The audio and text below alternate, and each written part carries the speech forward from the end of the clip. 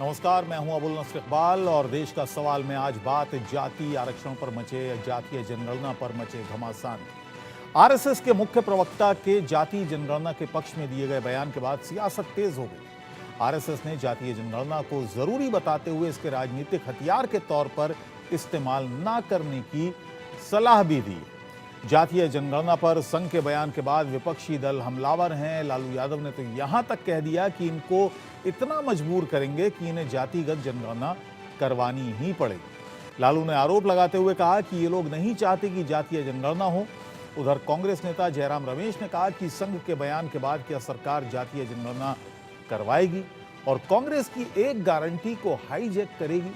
दरअसल विपक्ष लगातार जातीय जनगणना की मांग कर रहा है और बीजेपी को पिछड़ा दलित विरोधी बताने का नैरेटिव बना रहा है, जबकि कई मौकों पर बीजेपी विपक्ष पर जातीय जनगणना के बहाने समाज को बांटने का आरोप लगाती रही है। तो इस पूरे मामले पर लगातार सियासत तेज हो गई है, बयानबाजी हो रही है। इसी पर आज चर्चा करेंगे, लेकिन क्या कुछ बयान अब तक सामने आए हैं वो पहले आपको दिखाते हैं। I think as RSS we have already commented on this issue. See, as our society, Hindu society, we have the sensitive issue of our caste and caste relations. That is a very sensitive issue. And of course, it is an important issue of our national unity and integrity.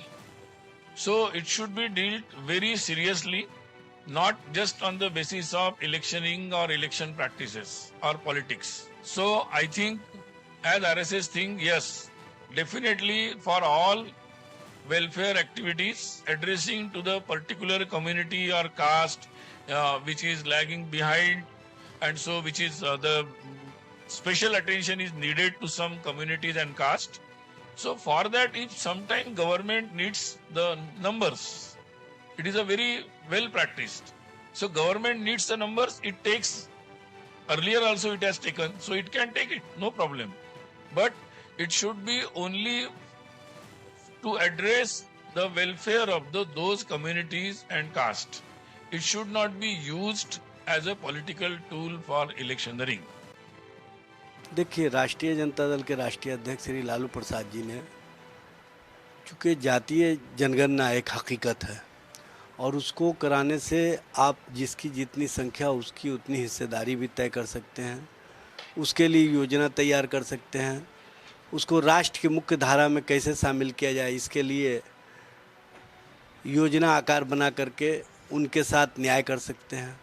लेकिन चूँकि Bharatiya Janata party शोषितों, वंचितों, पीड़ितों, दलितों, आदिवासियों, पिछड़ों, अति पिछड़ों के साथ न्याय नहीं करना चाहती है और कल जिस तरह से आरएसएस के नेताओं का बयान आया जातीय जनगणना के संबंध में, उससे स्पष्ट हो जाता है कि उनकी मंशा ठीक नहीं है, उनकी सोच ठीक नहीं है।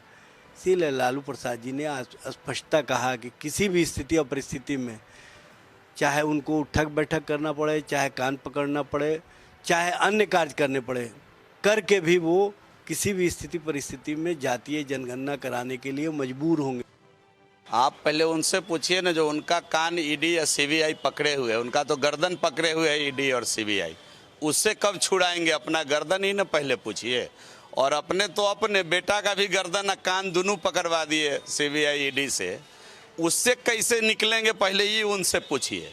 उनकी लालू यादव की औकात नहीं है कि बीजेपी और आरएसएस का कान पकड़ ले। लालू यादव इस लायक न कभी थे, न है, न होंगे। अब तो अंतिम चरण में है, जाने की का इंतजार कर रहे हैं, अभी ना आए हैं सिंगापुर से इलाज करा करके। तो उनकी क्या औकात जो बीजेपी आरएसएस पर बोलेंगे? ये सब फालतू बातें हैं। उनको कहिए कि अपना कान पहले ईडी और सीबीआई और अपना गर्दन छुड़ा लें, उसके बाद बीजेपी पर बात करें। समझाना चाहिए उनको। सुप्रीम कोर्ट में मना करते हैं वो लोग संसद के अंदर मना करते हैं। जब बिहार में कास्ट सेंसस सर्वे होता है, इकोनॉमिक सर्वे होता है, तो वहां पर विरोध में खड़े होते हैं। आरएसएस पहले तय करे, क्योंकि आरएसएस ही सबसे ज्यादा जातियों को बढ़ावा देती है। और ये बात हम नहीं कह रहे, उनका जो अखबार है मुखपत्र पांचजन, वो कह रहा है। आंखें के दिखाने के दांत और हैं, खाने के और हैं। आरएसएस आज भी आरक्षण की विरोधी है, जातिगत जनगणना की विरोधी है। 22 साल से कहते आए हैं और आज भी कह रहा हूं कि विपक्ष सत्ता में रहता है तो इनको जातिवाद जनगणना सबको अधिकार बराबर देने की सुध नहीं आती है। सत्ता से बाहर होने के बाद इनको सब याद आता है, क्योंकि वोट के लेने के लिए इनको याद आता है। इनसे तो बढ़िया नीतीश जी हैं। सत्ता में रहते हुए उन्होंने जातिवाद जनगणना करा दिया, चाहे गलत चाहे सही करा दिया। ये लोग क्या किए? सपा कांग्रेस बसपा के लोग क्या किए? तो जातिवाद जनगणना एनडीए गठबंधन माननीय नरेंद्र मोदी जी के नेतृत्व में ही जातिवाद जनगणना होगी। अब देखिएगा, हम कई बार इस बात को कह चुके हैं कि माननीय प्रधानमंत्री जी जो देश के माननीय नरेंद्र मोदी जी हैं वही जातिवाद जनगणना कराएंगे। जातीय जनगणना का मुद्दा गर्म है और देश का सवाल में भी हम यही तमाम सवाल उठा रहे हैं कि क्या आरएसएस के इस दाव से विपक्ष से एक मुद्दा छीनने की कोशिश है? क्या विपक्ष सियासी फायदे के लिए जातीय जनगणना कराना चाहता है, जैसा कि सुनील आंबेडकर ने अपने बयान में कहा है कि इस पर राजनीति ना हो, मतलब शर्त के साथ ये जनगणना हो। जनगणना से निचले तबके के लोगों को क्या फायदा होगा? जातीय जनगणना पर आरएसएस के बयान से क्यों लालू यादव भड़क गए? संघ के बयान ने क्या बीजेपी का काम आसान कर दिया है और बीजेपी को एक हरी झंडी संघ की तरफ से मिल गई है? ये तमाम मुद्दे आज हम अपनी इस चर्चा में रखेंगे। हमारे साथ खास मेहमान होंगे, रमेश पोद्दार साहब हमारे साथ होंगे, प्रवक्ता भारतीय जनता पार्टी से, दीपक झा हमारे साथ प्रवक्ता कांग्रेस के, चितरंजन गगन हमारे साथ प्रवक्ता आरजेडी से, के शर्मा जाने माने राजनीतिक विश्लेषक और अजय कुमार झा राजनीतिक विश्लेषक हमारे साथ होंगे। आप सभी का स्वागत है। राकेश जी, पूरा विपक्ष इस वक्त बयान दे रहा है, आपने भी तमाम बयान सुने होंगे, लालू यादव का आपने बयान सुना होगा। उन्होंने तो यहां तक कहा कि हम इनको इतना मजबूर कर देंगे कि इनको जातीय जनगणना करवानी ही पड़ेगी। देखिए, लालू जी का उद्देश्य मात्र जातीय जनगणना पे राजनीति करना है। उनका कोई उद्देश्य नहीं जाति जनगणना पे। मैं कहना चाहता हूं कि बिहार के अंदर लगभग 14% यादव की संख्या है। तो जब यादव की संख्या है तो उसका बेनिफिट कौन लेते हैं? लालू प्रसाद यादव जी लेते हैं, खुद मुख्यमंत्री रहती है, राबड़ी जी को मुख्यमंत्री बना देते हैं, उसके बाद तेज प्रताप को मंत्री बनाते हैं, तेजस्वी को मुख्यमंत्री बनाते हैं, उसके बाद मीसा भारती रोनिया आचार्य को बनाते हैं। और मैं कहना चाहता हूं कि आज कांग्रेस इस बात को रखना चाहती है, कांग्रेस कहना चाहती है, तो मैं कहना चाहता हूं कि आपने भी जब से आपकी सरकार थी तो आपने सिर्फ गणना कराया, जाति जनगणना क्यों नहीं कराया? सिर्फ एक इन लोगों का देश के अंदर भ्रम फैलाने की बात करते हैं। हमारी सरकार, भाजपा की सरकार जब आई तो हम लोगों ने खाना बदोश एक जनजाति है उनकी चिंता की, हम लोगों ने घूमत जनजाति की चिंता की, विभुत जनजाति की हम लोगों ने चिंता की। और ये नैरेटिव क्यों जा रहा था? क्यों जा रहा था ये नैरेटिव कि भारतीय जनता पार्टी आरएसएस जातीय जनगणना के खिलाफ है? क्योंकि लगातार ये बात हो रही थी आपकी तरफ से कि साहब जातीय जनगणना से समाज बंट जाएगा। आरएसएस की तरफ से बात होती थी कि वो एक जाति विहीन समाज चाहते हैं। तो ये तमाम बातें हो रही थी। चलिए मैं आऊंगा आपके पास, दीपक झा जी का पहले कमेंट ले लूं। ठीक है, दीपक झा जी का पहले सबसे एक कमेंट ले लूं, मैं आऊंगा, मैं बहस में आऊंगा। दीपक झा जी एक कमेंट दे दें जी। सबसे पहले आपके इंडिया न्यूज के दर्शकों को नमस्कार जी। नमस्कार। बात है कि नरेंद्र मोदी जी चाहते हैं कि वो बताएं, अपनी जाति बताएं कि वो किस जाति से आते हैं, देश को बता के बहुत गौरवान्वित महसूस करते हैं। बहुत अच्छी बात है, नरेंद्र मोदी जी अपनी जाति बताते हैं, पिछड़े और गरीब और सारी दुनिया भर की खूबियां बता जाते हैं। लेकिन नरेंद्र मोदी जी उन पिछड़ों के लिए, उन गरीबों के लिए, उन आदिवासियों के लिए, उन दलित भाई बहनों के लिए कुछ करना नहीं चाहते। अगर कुछ करना चाहते हैं, नरेंद्र मोदी जी तो बचपन से ही चालाक थे, सीट पे बैठते थे तो हाथ देख के लोगों को बेवकूफ बना के सीट हथियार लेते थे। लेकिन सारे लोग नरेंद्र मोदी जी की तरह तो नहीं है ना कि सबको बेवकूफ बनाए। तो बात है कि जो जनता, जो देश की आबादी जो मेन धारा में हम लाने की प्रयास कर रहे हैं, राहुल गांधी जी की मांग कर रहे हैं, दूसरे विपक्षी दल मांग कर रहे हैं, तो नरेंद्र मोदी जी क्यों नहीं लाना चाहते हैं? आरएसएस क्यों कह रहा है कि जाति खतरा है इस देश के लिए? बात यह है कि नरेंद्र मोदी जी और भाजपा अभी कोई, इनके पास कोई विकल्प नहीं है, कोई रास्ता नहीं है, कोई रोड मैप नहीं है। इनकी सांसद जो है कंगना रनौत, अभी आपने थोड़े दिनों टीवी पे सारे बयान देखे होंगे, जो कि जी। भाजपा की सम्मानीय सांसद है, महिला सांसद, उन्होंने कहा था जातिगत जनगणना भाजपा के कहीं एजेंडे में नहीं है। तो अब भाजपा का एजेंडा तो तय हो चुका है, लेकिन विपक्ष का एजेंडा साफ है। विपक्ष चाहता है जिसकी जितनी हिस्सेदारी है भाई, सबको उस समान रूप से इस मेन धारा में लाने का प्रयास किया जाए। जी, इसमें चलिए, बुराई नहीं है, कोई चितरंजन जी दलित का है, कोई कमेंट ले लूं। आदिवासी है, कोई सवर्ण है, कोई ब्राह्मण है। चितरंजन जी, ये आरोप लगातार भारतीय जनता पार्टी के नेता लगाते रहे हैं और पोद्दार साहब ने भी लगाया कि सिर्फ और सिर्फ राजनीति करने के लिए, चुनाव में उसका इस्तेमाल करने के लिए जातीय जनगणना का कार्ड आरजेडी की तरफ से, विपक्ष की तरफ से खेला जाता है और वही लालू यादव ने किया इस बार।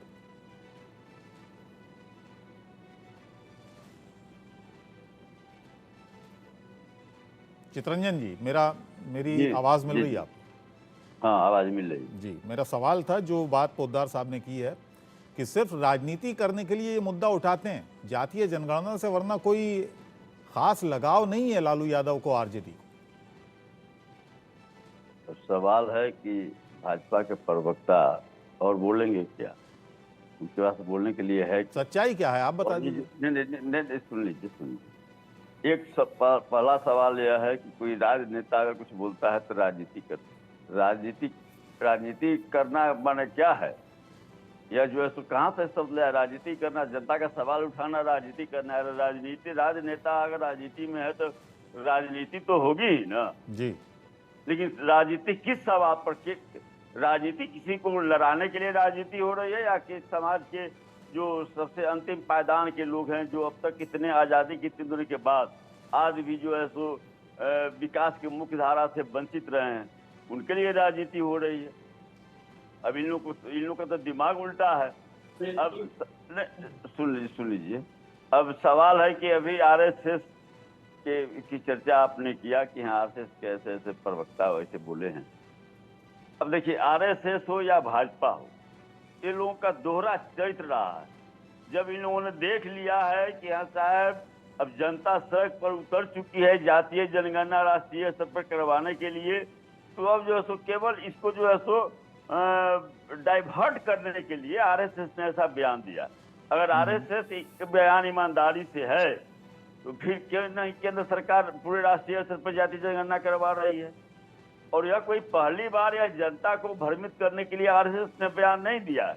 मैं आपको याद दिलाना चाहूंगा कि जब 2011 में जनगणना हुआ, जो जनरल जनगणना होती है वह, तो उसके पहले पार्लियामेंट में यूपीए सरकार से हमारे नेता आदरणीय लालू जी, मुलायम सिंह जी, शरद यादव जी, सब लोगों ने डिमांड किया कि भाई जो है सो इस बार जब जनरल कंसेशन होता है, जनगणना हो रहा है, तो इसमें जातीय जनगणना भी होनी चाहिए, क्योंकि काफी लंबे दिनों से इसकी मांग हो रही थी। 1990 में जब मंडल आयोग का अनुशंसा लागू हुआ, तो चूंकि मंडल आयोग का अनुशंसा लागू हुआ उसके पहले 1931 में ही जातीय जनगणना हुई थी, तो उसी को आधार बनाकर यह जो है मंडल आयोग का अनुशंसा लागू हुआ। तो इसीलिए मैं जरा वक्तव्य ले लूं, सभी मेहमानों को वक्तव्य ले लूं। बस दो लाइन पूरा कर लेने दीजिए, दो लाइन पूरा कर लेने दीजिए।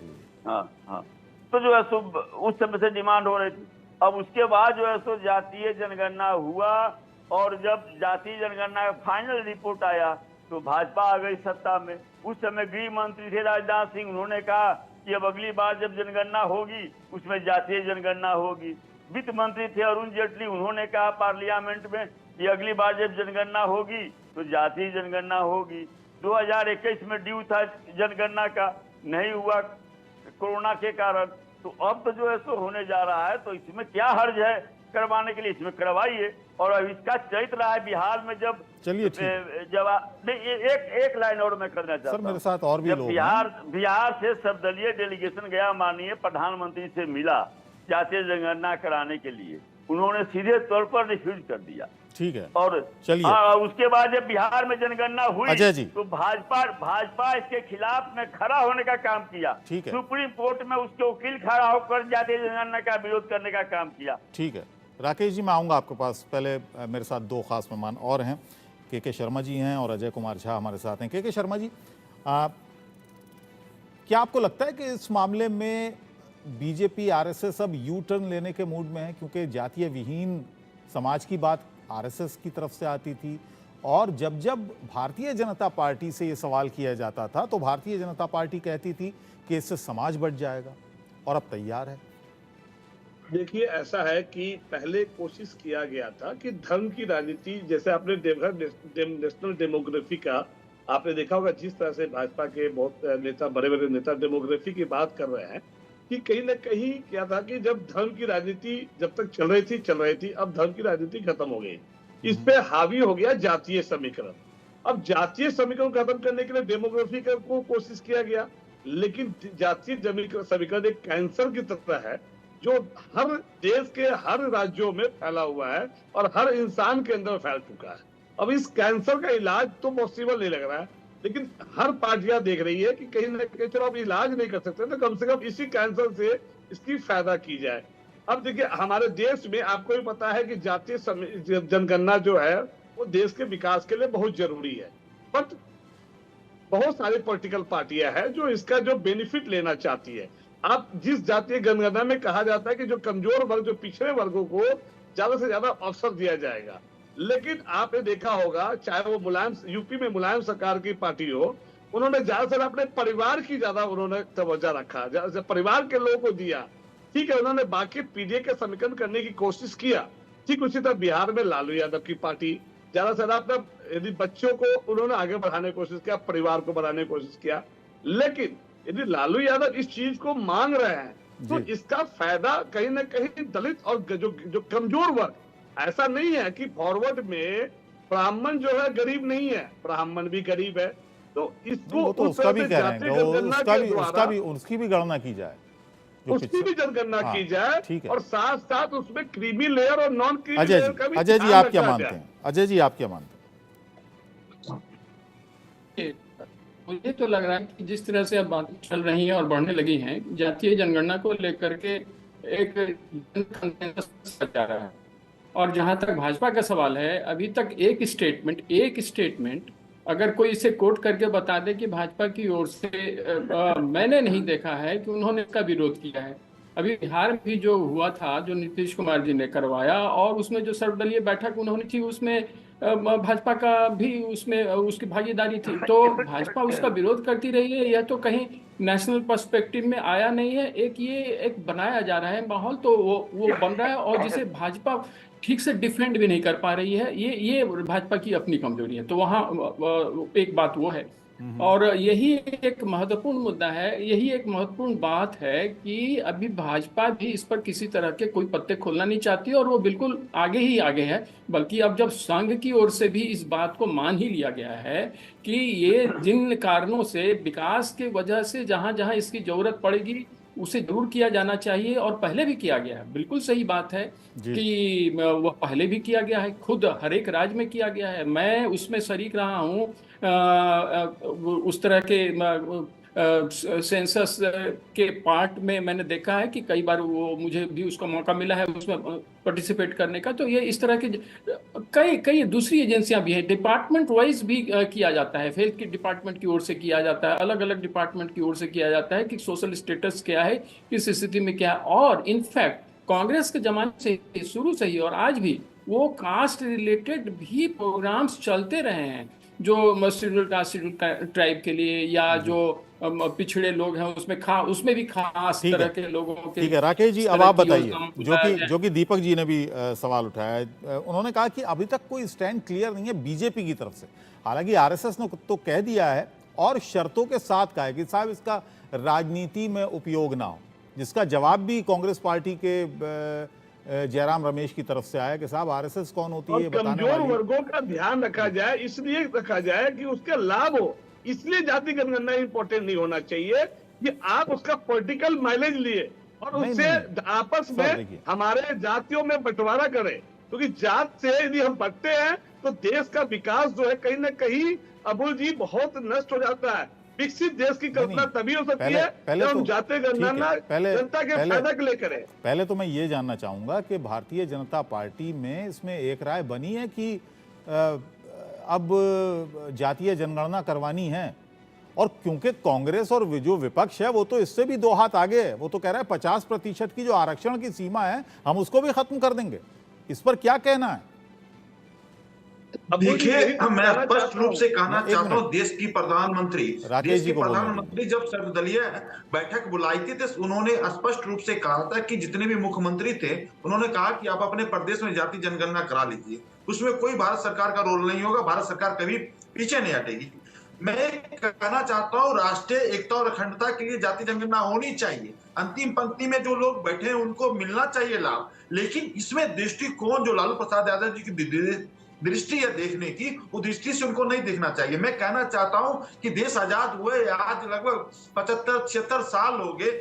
मैं कहना चाहता हूं कि कहां थे कांग्रेस के नेता, हमारे जो जनजाति के लोग थे, खाना बदोश थे, घुमंत जनजातियां थी, विभूत जनजातियां थी, उनको किसने खोजा? हमारी सरकार ने खोजा, देश के प्रधानमंत्री जी ने खोजा। और ये कहते कि आदिवासी के लिए बिरसा मुंडा जी स्वतंत्रता सेनानी थे। 50% आरक्षण की सीमा खत्म होनी चाहिए या नहीं होनी चाहिए? आवास पे उनके घर, राकेश जी 50% की आरक्षण की सीमा खत्म होनी चाहिए या नहीं होनी चाहिए? नहीं, आरक्षण का विरोध भारतीय जनता पार्टी कभी नहीं किया। जब भी देश की जरूरत आरक्षण की पड़ी, मैं 50% जो सीमा है उसको पार किया जा सकता है या नहीं किया जा सकता है, इस पर क्या कहना है?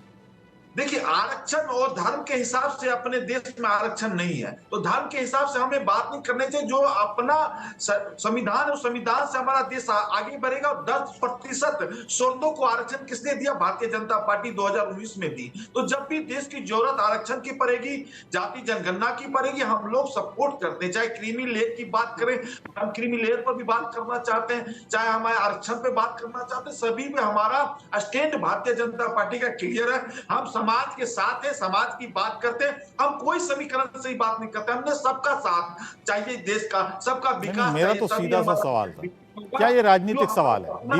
दीपक जी जो आरोप भी लगते हैं कि साहब राजनीति होती है सिर्फ इस बात पर, और कोई बहुत ज्यादा दिली लगाव नहीं है ना कांग्रेस पार्टी को ना और जो इंडिया गठबंधन के दल हैं।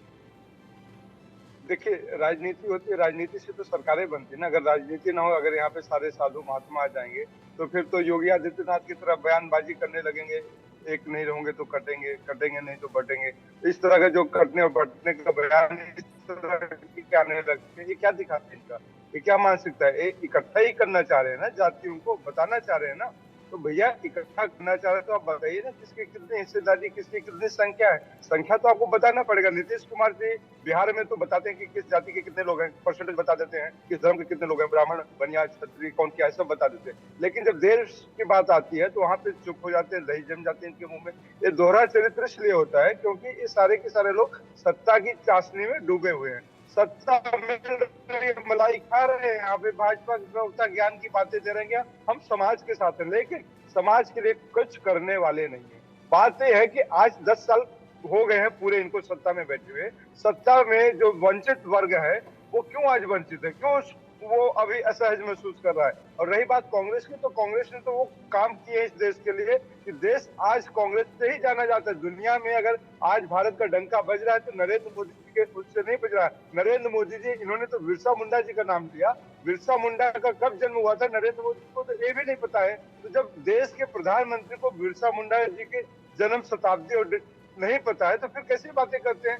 बेशर्मी की बात। आपने पूरे देश में देखा था कि लाल किले से नरेंद्र मोदी जी झूठा भाषण दिया था बिरसा मुंडा के बारे में, जो स्वतंत्रता सेना। तो इस तरीके के भाषण नहीं चलेंगे। भाषण से देश नहीं चलता है, भाषण से पार्टी चल सकती है, भाषण से भाजपा की राजनीति चल सकती है, लेकिन न इनके पास नीति है, न इनके पास नीयत है। मैं यही कहना चाहता हूँ कि जातिगत जनगणना के ऊपर इनका स्टैंड क्या है, आगे सीधा स्पष्ट तौर से बोले।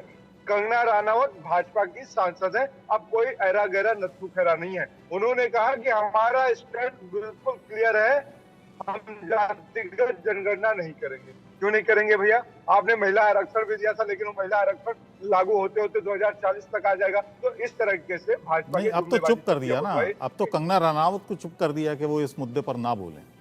अब तो बीजेपी ने भी मुद्दे पे ना बोले। नहीं, कंगना राणावत को तो चुप कर दिया, बहुत बढ़िया चुप कर दिया, लेकिन बीजेपी तो बोले।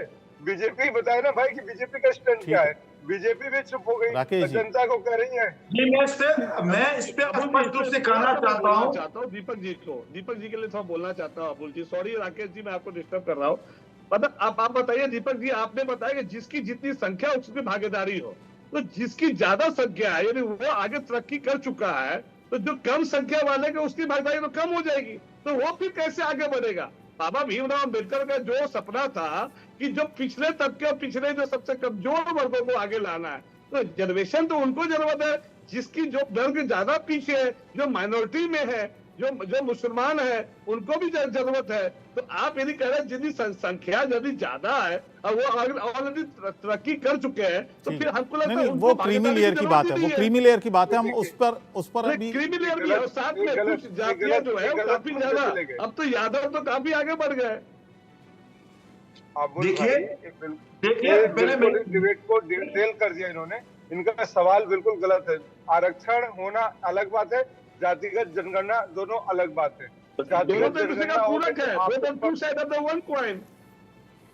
अरे भैया आप सुन तो लीजिए, आपकी तकलीफ क्या है? जिसको आरक्षण मिला हुआ है वो कोर्ट में डिसाइड करेगा, वो सरकार को भी डिसाइड करना पड़ेगा। और आज वर्तमान में अगर नरेंद्र मोदी सरकार है, वो स्पष्ट तो करे कि उनका लेयर और क्रीमी लेयर पे क्या अंतर है, आरक्षण में क्या अंतर है, आरक्षण के अंदर आरक्षण क्या कहना चाहते हो, तो सरकार को स्पष्ट करना पड़ेगा ना। विपक्ष अपना सवाल कर रहा है, विपक्ष मुद्दों की बात कर रहा है, विपक्ष देश की बात कर रहा है कि आप करना क्या चाहते हैं, आप अपना स्टैंड क्लियर करिए। हम तो चाहते हैं जातिगत जनगणना हो, लेकिन आप बताएं कि क्या हो। लेकिन भाजपा चुप हो जाती है। ठीक है, इसलिए मैंने कहा कि आप इधर उधर राकेश जी को बोलने करिए, राकेश जी बताइए कि आपका स्टैंड क्या है। आप ठीक है, देखिए मैं कहना चाहता हूं, कर्नाटक में किनकी सरकार है? कांग्रेस की सरकार है। वहां पे उन्होंने क्या किया? मुसलमानों को बांट डाला। 36 जाति आती है मुसलमान में, 17 भाई मैं बड़ा धैर्यपूर्वक आपकी बात तेलंगाना में सुन लीजिए, सुन लीजिए। मैं आप राज्यों में बांटिए मत, आप देश की बात करिए भाई, आप देश की बात करिए, सेंट्रल की बात करिए। आप बोलते हैं, आप जब बोलते हैं भाई साहब, आप जब बोलने दीजिए, अनर्गल बातें आप करेंगे तो मन नहीं करेगा, कोई सुनेगा नहीं। राहुल गांधी वाला खड़ा करके मत आया कीजिए, जैसे राहुल गांधी सदन में नहीं चलने देते उसे मत बोला कीजिए। सुनिए, सुन लिया जी, कर्नाटक में नरेंद्र मोदी जी को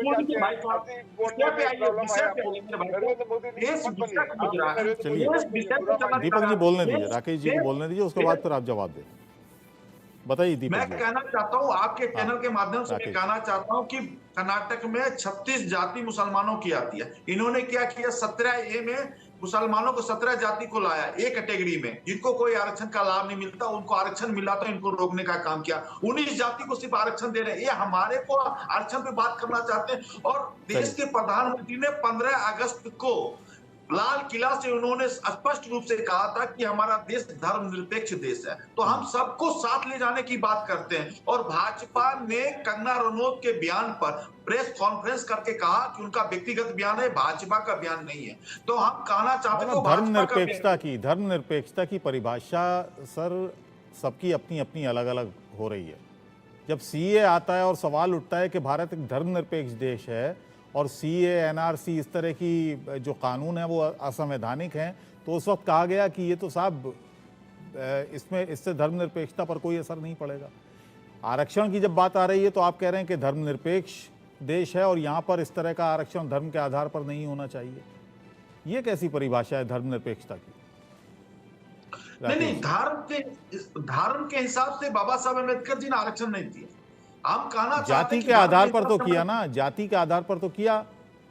मेरा सवाल आपसे है, मेरा सवाल सीधा आपसे है, जो राहुल गांधी कहते हैं, जो अखिलेश यादव कहते हैं कि हम 50% की सीमा को आगे बढ़ाएंगे आरक्षण की, आपका क्या स्टैंड है? भारतीय जनता पार्टी का क्या स्टैंड है इस पर?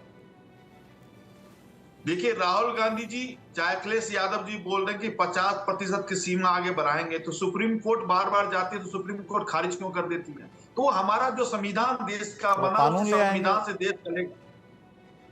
हमारा देश जो संविधान बना, इस देश का संविधान से ही देश चलेगा, लोकतंत्र के हिसाब से देश चलेगा। और मैं कहना चाहता हूँ राहुल गांधी विपक्ष में देश के अंदर गुमराह करते हैं, नकारात्मक बातें करते हैं, कभी कहते हैं संविधान खतरे में, कभी कहते हैं लोकतंत्र खतरे में, कभी कहते हैं, हम तो कहते हैं कि जाति जनगणना होनी चाहिए, लेकिन इस पर राजनीति नहीं करनी चाहिए। इन लोग राजनीति का लाभ लेना चाहते हैं। हम कहते हैं कि बिहार के अंदर 22 समीकरण है, अखिलेश यादव जी बोल रहे पीडीए समीकरण। पीडीए समीकरण क्या होता है? बाकी लोग कहाँ चले गए? बाकी लोगों की भी बात करनी चाहिए ना, भूमियार की, कहता है माई समीकरण भाजपा के प्रवक्ता बोल रहे हैं, अबू भाई, समझ में अबू कुछ भाई। आता है? जो बुझाया सब बोल दिए। नहीं, माई समीकरण का मतलब क्या था? माई ठीक है, समीकरण बोलने दीजिए।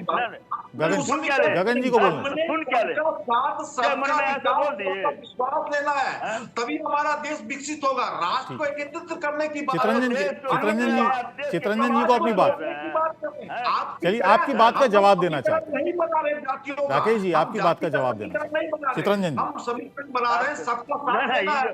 भाजपा के देश सबका है, देश सबके साथ चले, एकता और अखंडता से देश चलेगा। सुनिए ना, नहीं चलेगा। ठीक है, चितरंजन जी को बोलने दीजिए। राकेश जी, राकेश जी, राकेश जी, चितरंजन जी को बोलने दीजिए। सर, चितरंजन जी बड़े वरिष्ठ नेता हैं, बोलने दीजिए उनको। चितरंजन जी, रटा रटाया हुआ रोट के आते हैं, वही जैसे बस धराधर बोलते चले जाते हैं। नहीं, रटा हुआ नहीं। आप ये बताइए कि 14% यादव है बिहार के अंदर, किसको आपने आरक्षण दिया? लालू प्रसाद यादव लिए, राबड़ी ले लिया, तेजस्वी, तेज प्रताप, लालू यादव जो कर दी, लालू यादव ने तो कर दिया, तो आपको संभव है? नरेंद्र मोदी की चरण, अरे लालू यादव के चरण के धूल है क्या? नरेंद्र मोदी लाभ के लिए करते हैं आप। लालू यादव के चरण के धूल है। ठीक है, राकेश जी, लालू यादव की बात कर रहे हैं। उनकी बात सुन लीजिए जो पहले। कर दिया वो अभी से जानता है। उनकी बात सुन लीजिए पहले। चितरंजन जी बोलिए। नहीं, देखिए ये लोग जो हैं तो जब बौखलाए हुए अभी कह रहे हैं कि हाँ साहब, अब जैसे कि सही में एक साथी ने उठाया कि महिला आरक्षण इन्होंने लाया, बिल पास किया, और कब? 2029 में। कहाँ रहेंगे 2029 में? तो वो लागू होगा। हाँ, नहीं तो 2029 में कहाँ रहेंगे इसका पता है इनको। तो 2024 में 400 पार कर रहे थे, तब चले आए कहाँ 240 पर चले आए। तो केवल जो है सो भ्रम की स्थिति पैदा करना। इनके प्रधानमंत्री खुद सीने ठोक के कहते थे बिहार में, मैं अमुक जाति का हूँ, और कह रहे हैं कि जात से जो सो समाज जीतेगा। इनकी बात में एक तरफ बोलते हैं कुछ कर, इनके मनसा वाचा कर्मणा कोई तारतम्य नहीं है। मन में कुछ है, बोलेंगे कुछ, करेंगे कुछ। और कह रहे कि जो सो एक सज्जन कोई कह रहे थे कि बता दीजिए कहाँ जो है सो भाजपा विरोध किया। पार्लियामेंट या सुप्रीम कोर्ट में जब यह मामला गया, या बिहार में ही जब हाई कोर्ट में जातीय जनगणना के खिलाफ रीट फाइल किया, रीट फाइल करने वाले कौन थे? और उसके बाद जब सुप्रीम कोर्ट में उसके खिलाफ में चैलेंज किया गया, तो वहां पर जो वकील खड़ा हुए थे वो वकील कौन थे? कहते हैं कि साहब जो है भाजपा का था, चैत रहा है शुरू से भाजपा के लोग। का नाम बताइए, भाजपा का सुनिए, बता रहे, वकील साहब का नाम बताइए। वकील साहब कपिल सिब्बल थे क्या? कपिल सिब्बल थे क्या? बता रहे क्या? अरे बता रहे हैं, सुन लीजिए, बता रहे हैं, बता रहे हैं ना, ज्यादा चिल्लाइए नहीं, बता रहे हैं। देखिए, जब पहली बार इस देश में गैर कांग्रेसी सरकार बनी 1977 में, और उस समय जो पूर्व का जनसंघ श्रोता जो जनता पार्टी में शामिल हुआ था, आदरणीय जगजीवन राम जी को जयप्रकाश बाबू बनाना चाह रहे थे देश का प्रधानमंत्री। तो उस समय जनसंघ घटक जो जनता पार्टी में था, उसने विरोध किया कि नहीं, जगजीवन राम जी को जो हम प्रधानमंत्री नहीं मानेंगे, और तब मोरारजी देसाई को बनाया गया। क्यों नहीं मानेंगे? वजह क्या बताई जी? वजह क्या बताई, क्यों नहीं मानेंगे? इसलिए दलित हैं। इसलिए अब मैं बता रहा हूं, जब 1990 में मंडल आयोग का अनुशंसा लागू हुआ, तो कमंडल लेकर निकल गए। अब यह कहते हैं कि मैंने आदिवासी को राष्ट्रपति बनाया, लेकिन राष्ट्रपति महोदया को पार्लियामेंट के नए भवन के उद्घाटन में नहीं बुलाया। ये कह रहे हैं मैंने दलित को राष्ट्रपति बनाया, लेकिन जब पार्लियामेंट का नया भवन का शिलान्यास हो रहा था तो नहीं बुलाया। क्यों भाई, दलित है और तो कैसे बुलाएंगे? और बात करते हैं कि के शर्मा जी, चैत्र इन आरोपों को कैसे लेते हैं आप? आरक्षण को एक विपक्ष के इन आरोपों को कैसे करने का इन लोग का योजना, इसीलिए लेटरल एंट्री सिंगल। जी चलिए, के शर्मा जी को बोलने दीजिए। के शर्मा जी को बोलने दीजिए। विपक्ष का जो डिमांड है जातीय जनगणना, तो वो जायज है। मेरे हिसाब से जहां तक लगता है वो जायज है, और जाति जनगणना होना भी चाहिए, क्योंकि कायदी या तो नहीं होना है तो सीधा कानून बना दो कि नहीं होगा, चाहे किसी भी पार्टी की आ जाए, सरकार उसमें नहीं होगी। यदि प्रोविजन है और पहले भी जाति जनगणना हुई है तो होना चाहिए। उससे क्या होगा कि काफी दिनों से नहीं होने से पता होना चाहिए कि किस जातियों का कहाँ पे क्या पोजीशन है, उससे कितनी संख्या है, और ये बहुत ही इंपॉर्टेंस है। और इसका जो उपयोग है वो जातीय राजनीतिक फायदे के लिए नहीं करना चाहिए। क्यों? ना कि राजनीतिक भागीदारी के लिए करना चाहिए। क्यों नहीं करना चाहिए? इसलिए नहीं करना चाहिए क्योंकि जात पात में यदि हम लोग पूरा देश राजनीति से चल रहा है सर, पूरा देश राजनीति से चल रहा है, राजनीतिक मुद्दे बनते हैं, भाई वो ठीक है, वो सब क्या राम मंदिर राजनीतिक मुद्दा था या नहीं था? काशी मथुरा राजनीतिक मुद्दा है? नहीं, मतलब धर्म के नाम पर राजनीतिक लाभ लिया जा सकता है, जाति के नाम पर राजनीतिक लाभ नहीं लिया जा सकता, आप ये कहें? दोनों के तरफ से नहीं लेना चाहिए, दोनों के तो न धर्म के आधार पे होना चाहिए और न जाति के आधार पे। पर पार्टियां तो यहाँ पे जाति जनगणना से उनको कोई मतलब नहीं है। यहाँ तो वो अपना विकास करे, पार्टी की सरकार कैसे बने। अजय जी, आप क्या मानते हैं? ये उनके लिए अजय जी, यहाँ पर मेरा ये सवाल है, क्योंकि मैं एक सवाल ये जो आज भारत, हाँ, मुझे अजय जी को हम उनको लाएंगे। अजय जी हाँ, मैं बता रहा था कि बिल्कुल इस पर किसी तरह का कोई एतराज नहीं होना चाहिए। मेरा सवाल ये था, क्या यहाँ पर अटक गई है? क्या यहाँ पर इस सवाल पर, जातीय जनगणना के सवाल पर भारतीय जनता पार्टी के पास कोई और विकल्प नहीं है सिवाय इसके कि इसको मान लिया जाए? नहीं, देखिए, ये तो कहना मुश्किल है कि भारतीय जनता पार्टी अभी क्या, उसने तो ऐसा कुछ कहा नहीं है कि हम लोग ऐसा मनाएंगे, हम लोग ऐसा नहीं करना चाहते। मैं तो बिल्कुल ये मानता हूँ, बिल्कुल स्पष्ट तौर पर, कि जब तक पार्टी का कोई आधिकारिक बयान नहीं आ जाता है तब तक जो इधर उधर से जो बातें उठती हैं, उठाई जाती हैं, विपक्ष हो या खुद ही जो सत्ता पक्ष में बैठे हुए लोग हैं, वहां से भी अगर बातें उठती हैं तो उसको ऑथेंटिक नहीं माना जा सकता है।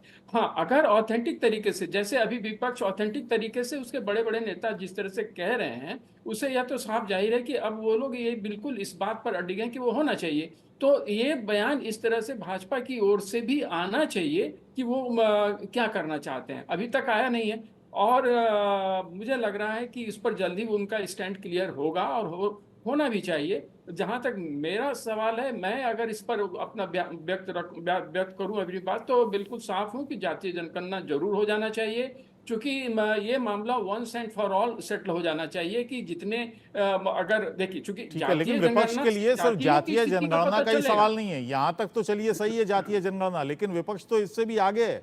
वो कहते हैं कि 50% की जो आरक्षण की सीमा है हम उसको भी खत्म करेंगे, उसके बाद क्या? यहाँ देखिए, इसमें एक कंफ्यूजन है। ये सरकार,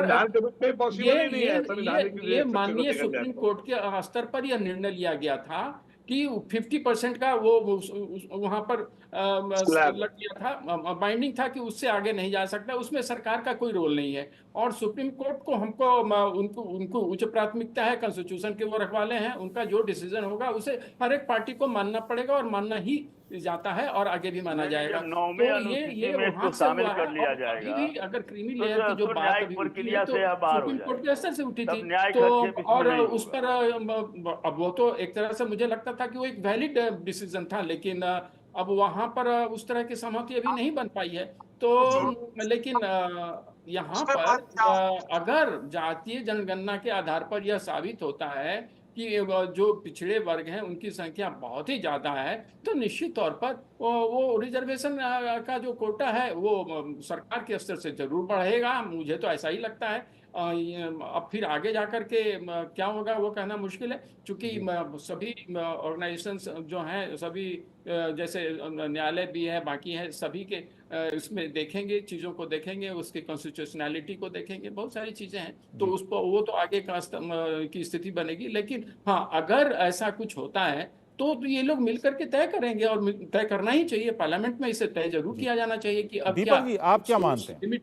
दीपक झा जी, ये मुद्दा ऐसे समय में उठा जब 2 राज्यों में चुनाव है, बड़े राज्य हैं, हरियाणा है, महाराष्ट्र है, इन दोनों राज्यों में चुनाव होने वाले हैं और ऐसे वक्त में ये मुद्दा गर्म हुआ है। देखिए, सबसे बड़ी स्पष्ट बात है कि हम तो चाहते हैं जातिगत जनगणना हो, और आरक्षण का मामला है सुप्रीम कोर्ट खारिज कर देता है, क्योंकि संविधान में अभी कानून ऐसे नहीं है, प्रावधान नहीं है, संसद ने कानून नहीं बनाया है। तो सुप्रीम कोर्ट क्या करता है? सुप्रीम कोर्ट जो संविधान है उसकी रक्षण करता है, उसको सुरक्षित करता है, कानून के हिसाब से चलता है। तो संसद का काम है कानून बनाना। तो नरेंद्र मोदी जी कानून बनाएंगे या नहीं, यही तो हम सवाल कर रहे हैं। ये चाहते हैं कि नहीं चाहते, यही तो हमारा सवाल है। दूसरी बात ये कहते हैं बटेंगे तो कटेंगे। अगर ये बताइए, हम यही तो जानना चाहते हैं ना, जातियों को मजबूत करिए। आप जातियों को तोड़ना क्यों चाहते हैं? जातियों को बांटना क्यों चाहते हैं? अरे हर एक जाति को आप मजबूत करिए भाई, और हर एक जाति को आप आरक्षण के माध्यम से उनको उत्तरोत्तर वृद्धि करिए, यही तो चाहते हैं। क्योंकि अगर आप छोटा पौधा लगाते हैं तो उसकी सुरक्षा देते हैं, उसको बाड़े के अंदर रखते हैं, फिर वो पेड़ बढ़ता है तो आप उसको सुरक्षा हटा देते हैं। इसी तरीके से जो दलित है, जो आदिवासी हैं, जो जनजाति हैं, जो दबे कुचले हैं, जो पिछले लोग उस तबके से आते हैं, गरीब है, उन सबको उसके हिसाब से सुरक्षा कीजिए। लेकिन ये सरकार सिर्फ और सिर्फ मित्रों के नाम पे लोगों के बिजनेस कराती है उनके हिसाब से। तो आप ये देखिए, पिछले 10 सालों में जितनी महंगाई बेतहाशा परसेंटेज के हिसाब से आप निकाल के देख लीजिए, पिछले 10 सालों में बढ़ा है, उतना कभी नहीं बढ़ा होगा। तो ये बताना नहीं चाहते कि देश में गरीब लोग कितने हैं, देश में आदिवासी कितने हैं, देश में जनजाति कितने हैं, देश में तो अगर बता देंगे तो सच्चाई इनकी पोल खुल जाएगी। इसलिए मैं कह रहा हूँ कि भाजपा ना इधर की है ना उधर की है। अब भाजपा तय नहीं कर पा रही है कि हमें करना क्या है, इसलिए इनको इस्तीफा देके रिजाइन कर देना राकेश जी, क्योंकि इनके बस की बात। प्रधानमंत्री ने कहा कि सिर्फ दो जातियां, अमीर और गरीब।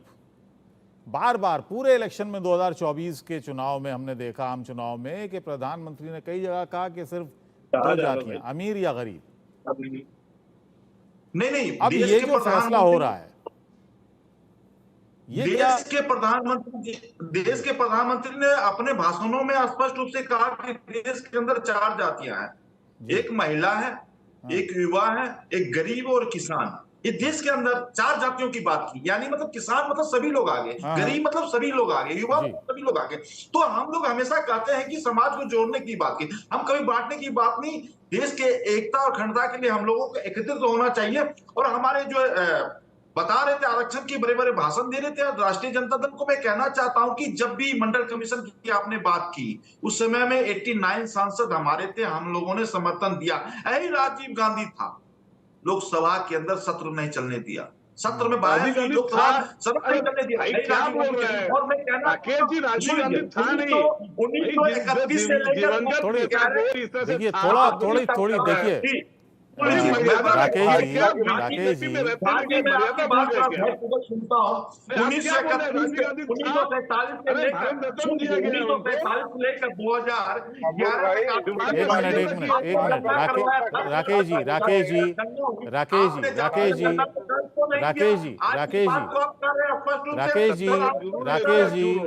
राकेश जी, देखिए, आपत्ति यहाँ पर सभी ने उठाई आपके ये कहने पे कि राजीव गांधी था।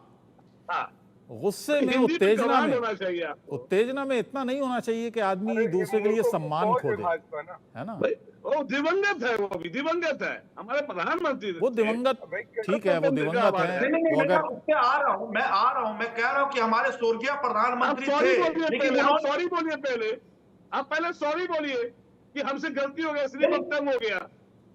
नहीं, मैं क्षमा प्रार्थी हूँ, मैंने ध्यान नहीं आगे की बात। मैं कहना चाहता हूँ कि स्वर्गीय राजीव गांधी जी हमारे प्रधानमंत्री थे, उन्होंने सदन को चलने नहीं दिया। उस समय में हमारे 89 सांसद थे, हम लोगों ने उनको सपोर्ट करने का काम किया। आप बिहार की बात करें, कर्पूरी ठाकुर जी की सरकार थी, उसमें हमारे वित्त मंत्री थे चितरंजन जी, आपके पास भाजपा के थे, उन्होंने समर्थन देने का काम किया। जब भी देश में आरक्षण की जरूरत हुई तो हम कहना चाहते कि हम लोगों ने समर्थन देने की बात की। जाति जनगणना पे प्रधानमंत्री ने बार-बार कहा कि अपने पर बात कर लीजिए, अब तो आपकी सरकार है।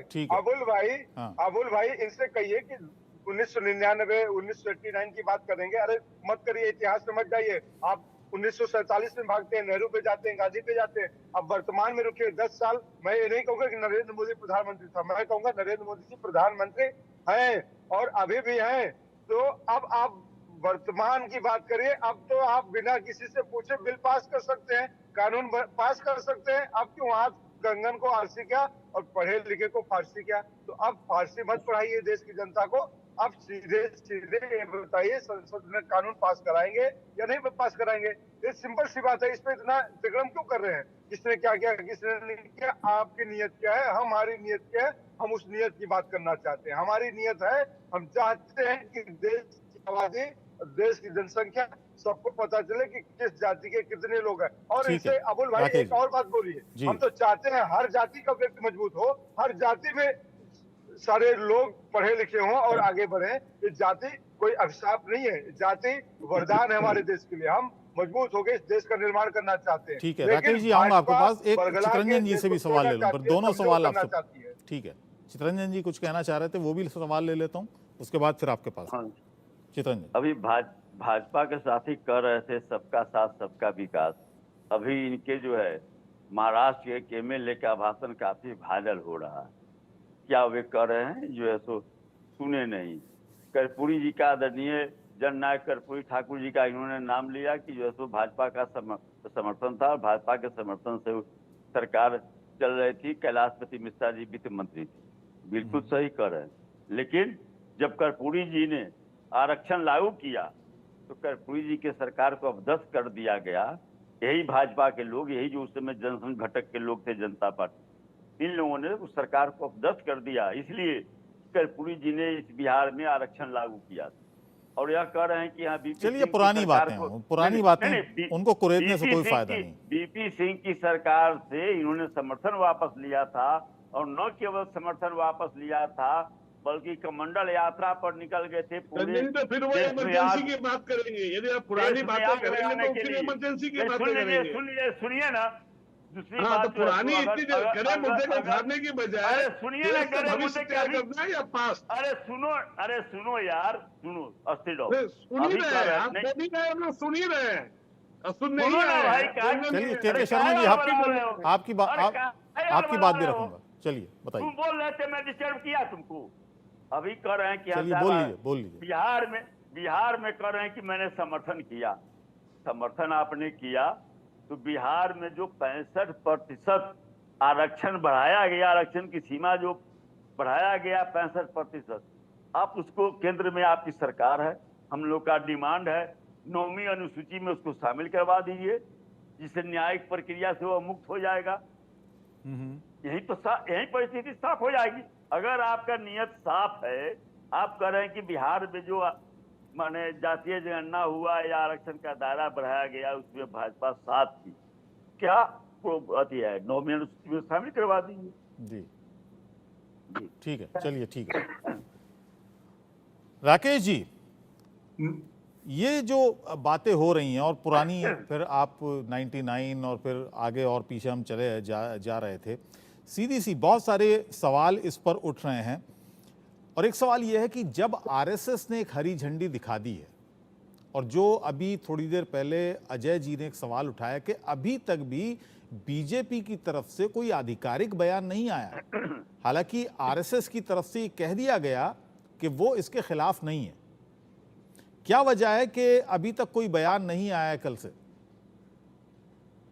देखिए, जातीय जनगणना की जो हम बात कर रहे हैं, हमारे भारतीय जनता पार्टी के अधिकृत बयान आएगा और आप लोगों के मीडिया के सामने रखा जाएगा, बाकायदा प्रेस कॉन्फ्रेंस किया जाएगा। मैं कहना चाहता हूं कि हम जातीय जनगणना कराना चाहते हैं, भारतीय जनता पार्टी कराना चाहती है, आरएसएस ने भी मोहर लगा दी। मैं कहना चाहता हूं, क्या ये माई समीकरण छोड़ देंगे? सभी जात की बात करेंगे? सभी सुन लीजिए, क्या पागल वाली बात करते हैं? नहीं, क्या पागल वाली बात? अरे आप देखिए, ये ऐसी भाषा नहीं, ऐसी भाषा सुनिए, सुनने का धैर्य रखिए। मैं सभी जाति की बात करना चाहता हूँ, मैं सभी वर्गों की बात करना चाहता हूँ। एक एक करके चितरंजन जी,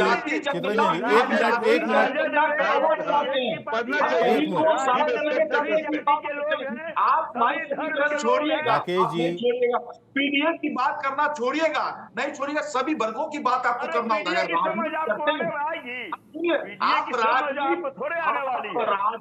सुन लीजिए, आप राजनीति कर रहे हैं, अच्छी बात है, राजनीति सकारात्मक कीजिए। आप पीडीए समीकरण बनाते हैं, माइक समीकरण बनाते हैं, बाकी लोग कहां जाएंगे, समाज के बाकी वर्गों के लोग कहां जाएंगे? इसीलिए मैं कहना चाहता हूं, भारतीय जनता पार्टी जाति जनगणना कराना चाहती है, अरे लेकिन राजद माई के साथ बाप की भी पार्टी है। नहीं बनता, पीडीए के अलावा कोई समीकरण नहीं बनता जिसके अंदर आप नहीं बताइए, आप ही पार्टी है। मैं आप इस चैनल पे स्पष्ट करना चाहता हूं कि समाज में माई समीकरण के बाद कोई समाज में लोग रहते हैं कि नहीं रहते?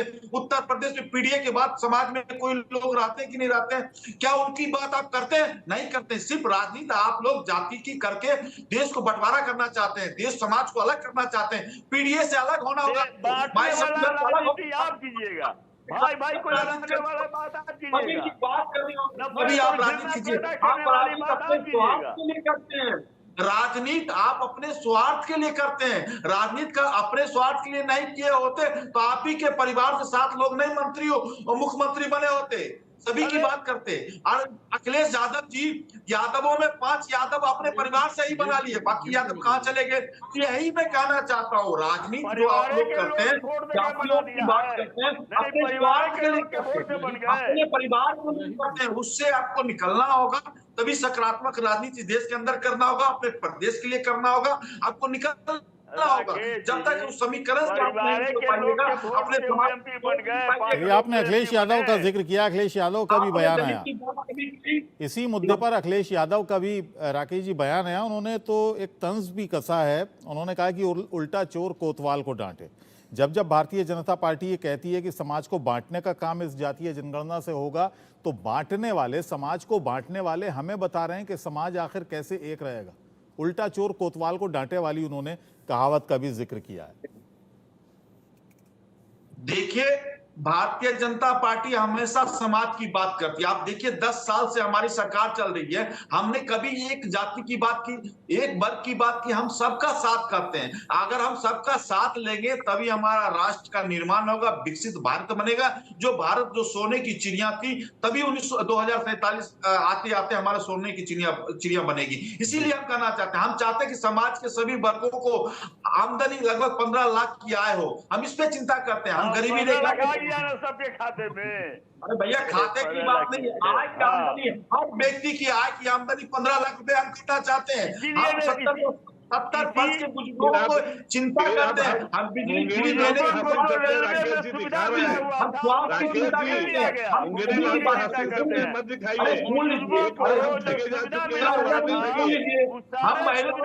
करते हैं, युवाओं की भी बात करते हैं। अरे सुनिए, एक बार ठगा चुके हैं, दोबारा नहीं ठगे जाएंगे। की बात करते हैं। के शर्मा जी कुछ कह रहे हैं? मैं कह रहा हूँ, पहले भी हम एक बार ठगा चुके हैं और दोबारा नहीं ठगने की बात कीजिए। हमें लॉलीपॉप और मुंगेरी लाल आज की बहस में एक नया मुद्दा दे दिया उन्होंने तमाम पैनलिस्ट को, राकेश। हाँ, ये 15 लाख रुपया फिर हमें 80 सपने दिखा रहे हैं। मतलब एक बार काट की हांडी बार बार नहीं चढ़ती है। काट की हांडी आपने ऊपर चढ़ा लिया, एक बार राम मंदिर को चढ़ा लिया। अब जो है ना, सबका साथ नहीं, आपको सिर्फ उसका साचे जो पैसे वाले हैं और जो सिर्फ विकास भी आपको पैसे वाले कर रहा है। आपको मोदी, अदानी और ये टाटा बिरला यही दिखता है, बाकी गरीब जनता ने नहीं किया है। आप गरीबों को भिखारी बना दिए हैं। आपने रोजगार के जगह पे उनको चावल दे दिया है। ठीक है, रोजगार के जगह पे अजय जी, ठीक है, चितरंजन जी शर्मा जी, मैं कहना चाहता हूं, मैंने क्या बोला? मैं बहुत छोटा सा, ठीक है, वो समझ गया मैं आपकी बात। आपने 15 लाख का जो जिक्र किया, आपने 15 लाख आप आमदनी बनाना चाहते हैं सालाना, पर कैपिटा इनकम की बात आप कर रहे थे, लेकिन मैं 15 लाख कह रहा हूं क्योंकि 15 लाख पे काफी ज्यादा चर्चा हुई है, तो वो 15 लाख की मैं इसलिए कह रहा हूँ। ठीक है, अजय जी कंक्लूड। अजय जी, मैं सिर्फ इतना चाहूंगा कि क्या इससे चुनाव में नफे नुकसान होंगे? निश्चित तौर पर ये जो कुछ भी हो रहा है वो चुनाव के मद्देनजर ही हो रहा है, और कोई भी पॉलिटिकल पार्टी यह नहीं कह सकती है कि मैं इससे इतर कुछ कह रहा हूँ। और अगर भाजपा इस पर कुछ खास अगर जवाब नहीं दे रही है, तो मुझे भी लग रहा है कि वो भी अपने नफा नुकसान को देख रही है। वो क्या करेगी, वो सब जो एक फाइनल डिसीजन लेगी तभी शायद उसके भी रिएक्शंस आएंगे। और मुझे ऐसा लग रहा है ये सब कुछ पॉलिटिकल हो रहा है। चलिए, हाँ, आपका और बहुत बहुत political होना शुक्रिया भी आप चाहिए, सभी का। क्योंकि जब ये पॉलिटिक्स है तो हर पॉलिटिकल चीज होने का में मैं कोई भी हर्ज एक नहीं है। कंक्लूड कर जाता हूँ, हर जी। चीज का फायदा नुकसान होता है। चलिए, बहुत बहुत धन्यवाद, आप सभी का बहुत बहुत शुक्रिया। बहरहाल मुद्दा बहुत गर्म है और आरएसएस की तरफ से जो बयान आया कि इस पर राजनीति नहीं होनी चाहिए और आरएसएस जातीय जनगणना के लिए तैयार है, तभी से ये मुद्दा और गर्मा गया है।